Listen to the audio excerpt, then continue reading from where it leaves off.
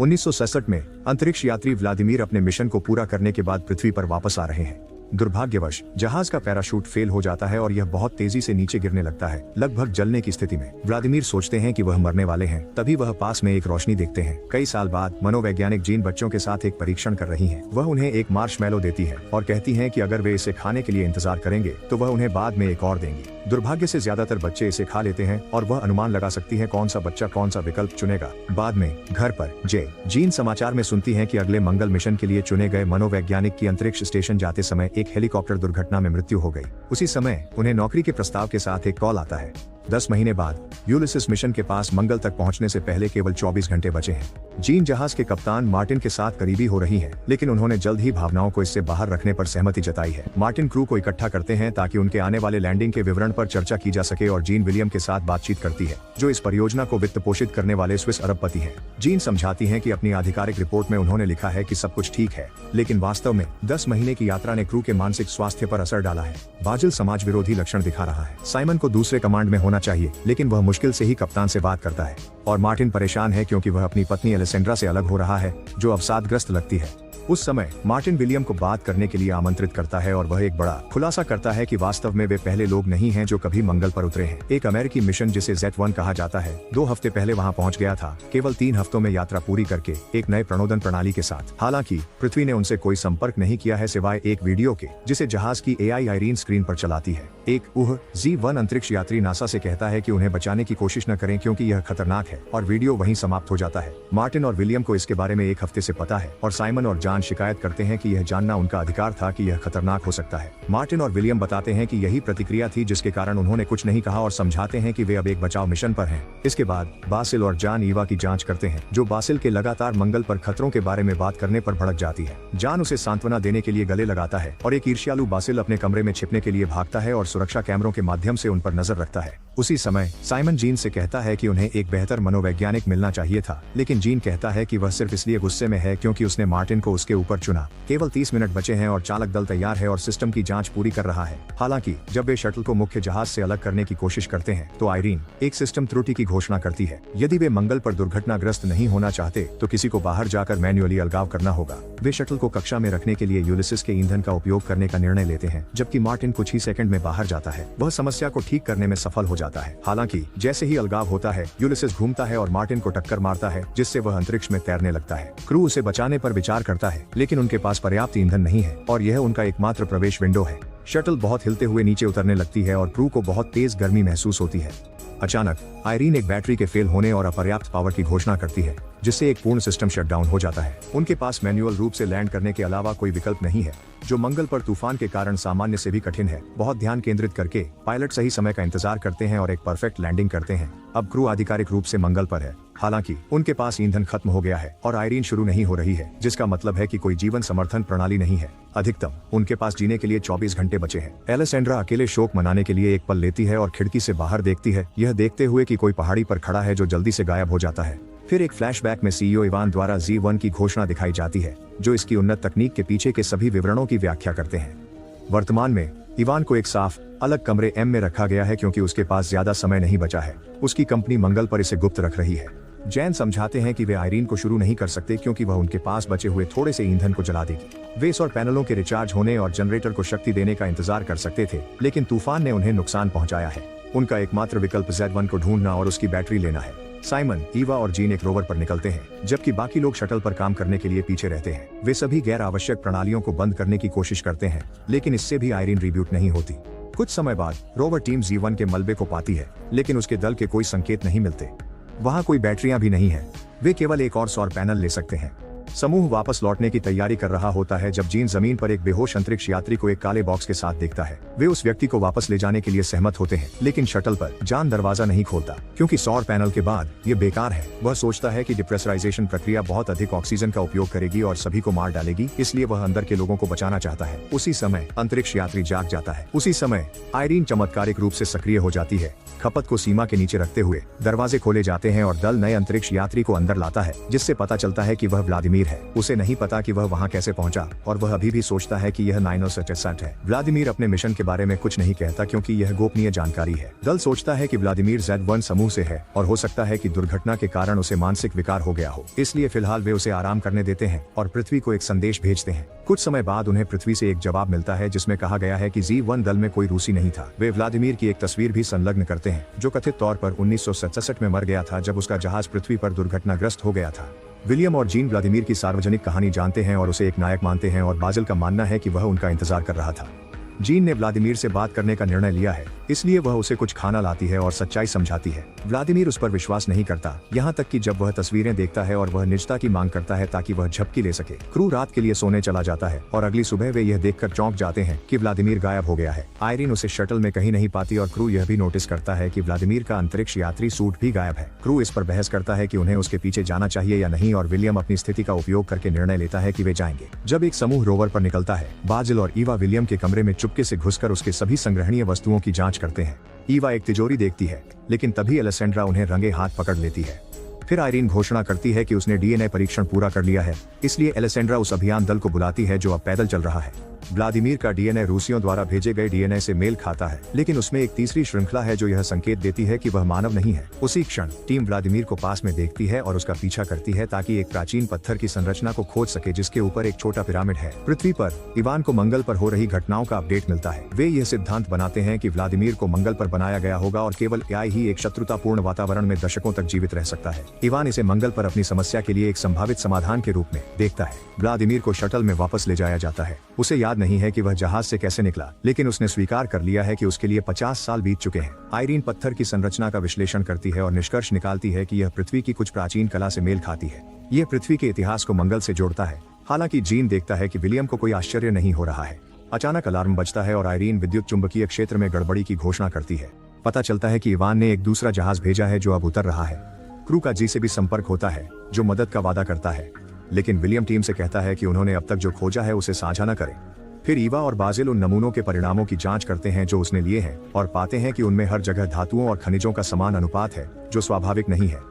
इस बीच gene Vladimir को एक आधुनिक वर्दी देती है ताकि वह क्रू का हिस्सा होने का नाटक कर सके और वह उससे अपने निर्णय पर भरोसा करने के लिए कहती है। जल्द ही शटल का दौरा Z2 के सशस्त्र गार्ड करते हैं। वे बताते हैं कि उन्होंने Z1 के मलबे की जांच की और पाया कि ब्लैक बॉक्स गायब है, इसलिए वे सिग्नल को ट्रैक कर रहे हैं और इसे विलियम के शटल तक फॉलो किया। वे इसे वापस चाहते हैं और वादा करते हैं कि अगर क्रू सहयोग करता है तो वे मदद करेंगे। विलियम उन्हें बॉक्स दे देता है और जोड़ी वहाँ से चली जाती है, ये कहते हुए कि वे बाद में वापस आएंगे। इसके बाद ईवा समझाती है कि पत्थर की संरचना उस सामग्री से बनी है जो पृथ्वी पर मौजूद नहीं है। हालांकि आयरीन ने प्राचीन कहानियों में इसका उल्लेख पाया है जिसमें इसे ओरिचल्कम अटलांटिस की धातु कहा गया है। यह विभिन्न धातुओं से बना है, लेकिन साथ ही डीएनए से भी, जो व्लादिमीर में पाए गए स्ट्रैंड से मेल खाता है। क्रू व्लादिमीर को ईंधन के बदले में बदलना चाहता है, लेकिन जीन उन्हें उसे और जानकारी निकालने देने के लिए मना लेती है। जब क्रू सुरक्षा कैमरों पर देख रहा होता है, जीन व्लादिमीर से मिलती है और वह सम्मोहित होने के लिए सहमत हो जाता है। नरम शब्दों के साथ जीन व्लादिमीर को पुरानी यादों के माध्यम से मार्गदर्शन करती है और वह वर्णन करना शुरू करता है कि कैसे वह अपने जहाज पर गिर रहा था। इससे पहले कि वह और कुछ कह सके, बिजली चली जाती है और क्रू कैमरा खो देता है। वे व्लादिमीर की जांच करने के लिए दौड़ते हैं और उसे जीन को चूमते हुए पाते हैं, इसलिए साइमन उसे घूंसा मारता है। उस रात जीन व्लादिमीर का सपना देखती है। जब वह जागती है तो उसे याद नहीं रहता कि सम्मोहन शुरू होने के बाद क्या हुआ था। क्रू समझाता है कि उन्होंने उसे एक भ्रमित अवस्था में पाया। उसी समय उन्हें Z2 से कैप्टन जेम्मा और एलन द्वारा किया जाता है। जेम्मा विलियम की पुरानी दोस्त है और एलन वह व्यक्ति है जिसने उनके प्रणोदन प्रणाली का आविष्कार किया था, इसलिए वह शटल को ठीक कर सकता है। एक त्वरित नजर से पता चलता है कि सब कुछ ठीक किया जा सकता है, लेकिन जी को भी उन्हें ईंधन देना होगा। इस बीच जीन को व्लादिमीर द्वारा उस पर इस्तेमाल किए गए सम्मोहन की याद आने लगती है। वह अपने बचपन के घर में उसके साथ बैठी थी और उसने कहा कि मनुष्य पृथ्वी की अच्छी देखभाल नहीं करते। उसे नहीं लगता था कि मानवता लंबे समय तक जीवित रहेगी और जीन ने सहमति जताई। विलियम जेम्मा को शटल के चारों ओर दिखाता है और वह चालक दल से पत्थर की संरचना के बारे में पूछती है, जिससे वे चौंक जाते हैं। अब विलियम के पास कोई विकल्प नहीं है सिवाय इसके कि वह स्वीकार करे कि 4 साल पहले एक नासा रोवर ने संरचना की एक तस्वीर भेजी थी, लेकिन इसे सार्वजनिक करने के बजाय उन्होंने संभावित निवेशकों से संपर्क किया। यही कारण है कि इवान इवान और विलियम पहले मंगल पर पहुंचने की दौड़ में थे। फिर वे जेम्मा को परीक्षण के परिणाम दिखाते हैं और वह सोचती है कि क्या डीएनए स्ट्रैंड डेटा हो सकता है। वह समझाती है कि पृथ्वी पर उन्होंने पहले ही खोज लिया है कि डीएनए एक सूचना भंडारण प्रणाली हो सकता है और सिद्धांत रूप में इसका मतलब है कि यह पुनः लिखने योग्य भी हो सकता है। जेम्मा के सिद्धांत का उपयोग करते हुए आयरीन डीएनए स्ट्रैंड को डिकोड करती है और संख्याओं की एक श्रृंखला पाती है। निजी तौर पर जॉन विलियम पर चिल्लाता है कि उसने उनसे जानकारी छुपाई, यह कहते हुए कि अब वह उस पर भरोसा नहीं करता। कुछ क्षण बाद बेसिल विलियम को सूचित करता है कि व्लादिमीर और पत्थर की संरचना जीवित कंप्यूटर प्रोग्राम है। बेसिल ने विलियम द्वारा Z1 के ब्लैक बॉक्स की बनाई गई प्रति पर भी काम किया है और एक वीडियो पाया है जिसमें 2 अमेरिकी व्लादिमीर को मारते हुए दिख रहे हैं, लेकिन फुटेज उसी समय समाप्त हो जाता है जब Z1 ऑक्सीजन खत्म हो जाता है। यह संयोग नहीं हो सकता, जो पुष्टि करता है कि व्लादिमीर ने आयरीन को रिब्यूट किया और सम्मोहन के दौरान कैमरे के साथ छेड़छाड़ की।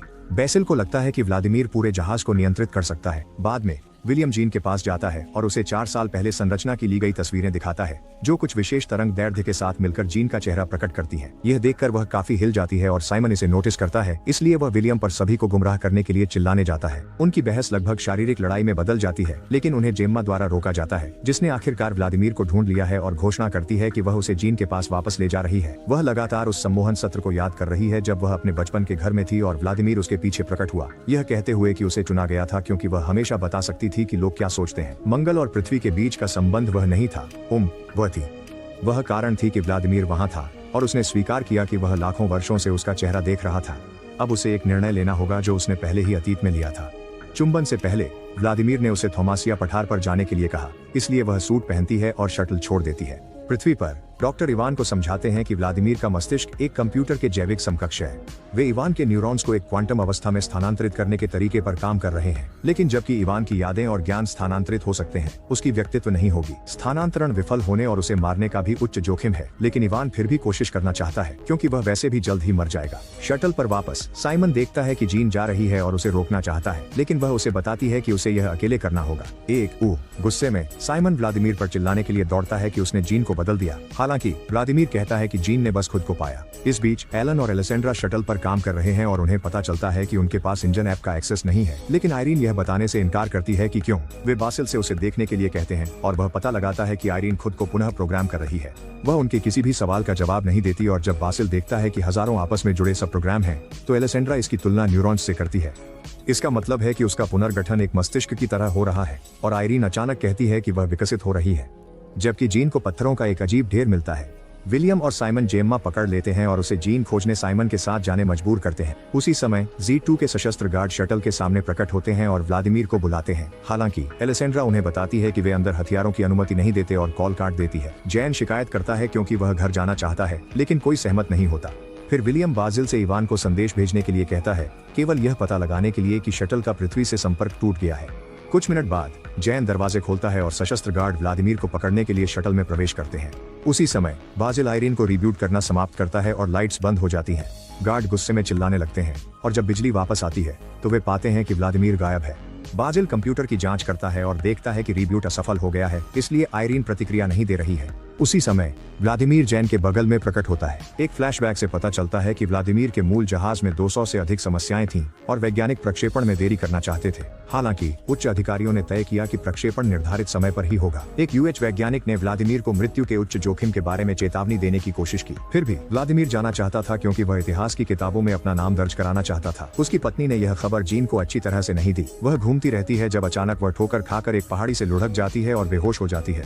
वह अपने पिता का सपना देखती है और कैसे वे एक साथ सितारों को देखा करते थे, लेकिन उस रात का भी जब उसने उसे बताया कि उसे कैंसर है। फिर जीन जाग जाती है और पाती है कि उसकी टांग चट्टानों के बीच फंसी हुई है। वह खुद को छुड़ाने की कोशिश करती है, लेकिन कोई फायदा नहीं होता। लेकिन जब वह उम्मीद खोने वाली होती है तो उससे जेम्मा और साइमन संपर्क करते हैं। उन्होंने चट्टानें पाई और वे जल्द ही उसके पास होंगे। शटल में Z2 गार्ड्स क्रू सदस्यों को मारते हैं जब तक वे जेम्मा को कॉल करने के लिए सहमत नहीं हो जाते। वह सुनती है व्लादिमीर चला गया है। गार्ड्स से कहती है वे शांति से तब तक इंतजार करें जब तक वह वापस नहीं आती। साइमन के आश्चर्य के लिए वह जीन को खोजने के लिए सहमत हो जाती है। कुछ मिनट बाद बासिल अपने कंप्यूटर पर एक संदेश देखता है और सोचता है कि यह आयरीन है। हालांकि लेखक कहता है कि उसे उसकी जगह लेनी पड़ी और दावा करता है कि वह व्लादिमीर और अधिक है। अचानक यह कहता है कि मैं मंगल हूँ और बासिल को पढ़ने के लिए एक लंबा पाठ साझा करता है। जीन अपने पिता को याद करती है जब उन्होंने बताया कि ट्यूमर ऑपरेशन योग्य नहीं है, मतलब कुछ महीने बचे हैं। उन्होंने कहा कि वह पीड़ित नहीं होना चाहते थे, इसलिए जब समय आए वह चाहते थे कि वह प्लग खींच दे। जीन ने मना करने की कोशिश की, इसलिए उसके पिता ने व्लादिमीर के बलिदान की कहानी साझा करके उसका मन बदल दिया। कुछ महीने बाद अस्पताल में जीन ने अपनी ताकत जुटाई और अपने पिता को जीवन समर्थन से हटाने से पहले उनसे विदा ली। वर्तमान में जीन को अंततः साइमन और जेम्मा द्वारा बचा लिया जाता है। त्रयी आगे बढ़ती है और बहुत चलने के बाद वे एक पहाड़ी पर एक विशाल गेट पाते हैं। वे अंदर जाते हैं और सुरंगों की एक श्रृंखला की खोज करते हैं, जिसे जीन एक अजीब दृष्टि के कारण नेविगेट करने में सक्षम होती है। कुछ समय तक भटकने के बाद वे पानी पाकर पूरी तरह से चौंक जाते हैं। शटल में वापस बाजिल अंततः कंप्यूटर को फिर से काम करने के लिए तैयार कर देता है और ईवा तुरंत रडार पर एक खतरनाक तूफान आते हुए देखती है।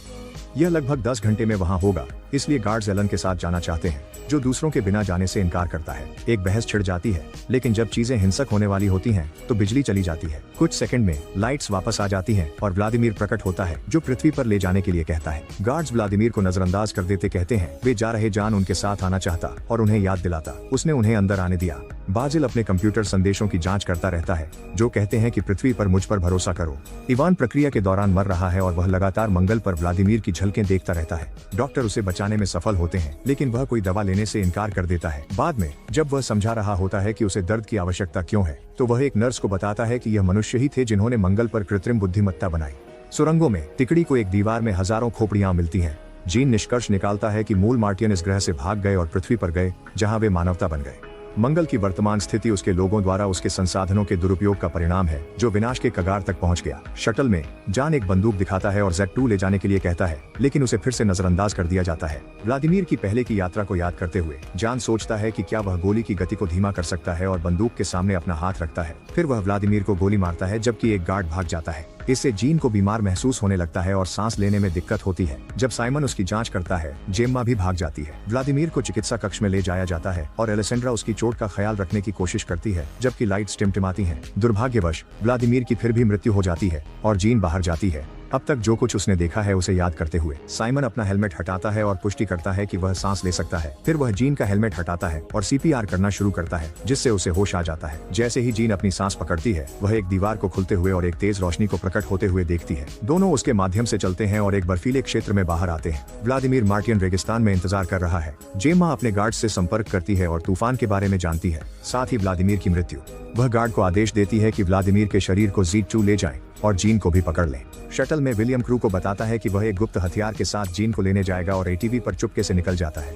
वह विशाल द्वार को देखता है और अंदर जाता है, रोशनी को भी पाता है और उसे पार करता है। विलियम भी बर्फीले क्षेत्र में प्रकट होता है और दूसरों को तूफान के बारे में चेतावनी देता है।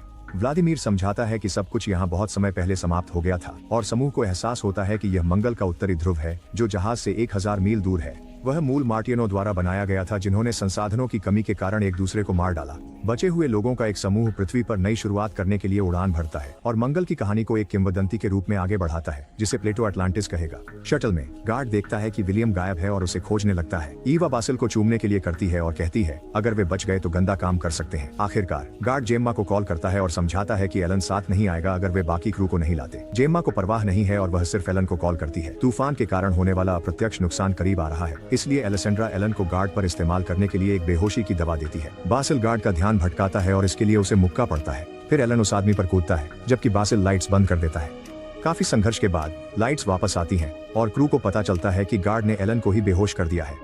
फिर से जीन की ओर व्लादिमीर उसे बताता है कि वह विकास की एक दुर्घटना है, क्योंकि वह मानव जाति और उसके बीच आधे रास्ते पर है। उसका मिशन पृथ्वी पर लौटना है और यह तय करना है कि उसकी प्रजाति को एक और मौका मिलना चाहिए या नहीं, क्योंकि वे एक दूसरे को फिर से नष्ट कर रहे हैं। उसी समय जेम्मा के एक गार्ड आता है और विलियम एम को गोली मारता है। जीन को उसके पीछे चलने के लिए मजबूर करता है। जीन व्लादिमीर से मदद मांगती है और अचानक गार्ड्स को दिक्कत होती है। व्लादिमीर अपने सूट को नियंत्रित करता है, आदमी गिरता है, फिर समूह वहां से चला जाता है। शटल में जान गार्ड को अकेला देखता है और उसे बाहर बंद करने की कोशिश करता है। हालांकि वह आदमी दरवाजे रोक देता है और जान पर हमला करता है। एक लड़ाई होती है और गार्ड जान को गला घोंटने की कोशिश करता है, जो उस आदमी को दीवार के खिलाफ मारकर बेहोश कर देता है। उसी समय एलेसेंड्रा उसे ढूंढ लेती है और दरवाजा बंद कर देती है। फिर उसके विश्वासघात का बदला लेने के लिए सामने का गेट खोल देती है। इसलिए जान की मौत हवा की कमी के कारण हो जाती है। जल्द ही जीन और साइमन विलियम को वापस जहाज पर खींच रहे होते हैं और एलेसेंड्रा गोली के घाव का ख्याल रखती है। जब साइमन जान के शरीर को पाता है तो बाकी लोग कहते हैं कि वह उन्हें बचाने के लिए गार्ड से लड़ते हुए मारा गया। इस बीच Z2 में जेम्मा अपने गार्ड से संपर्क करने में असफल रहती है,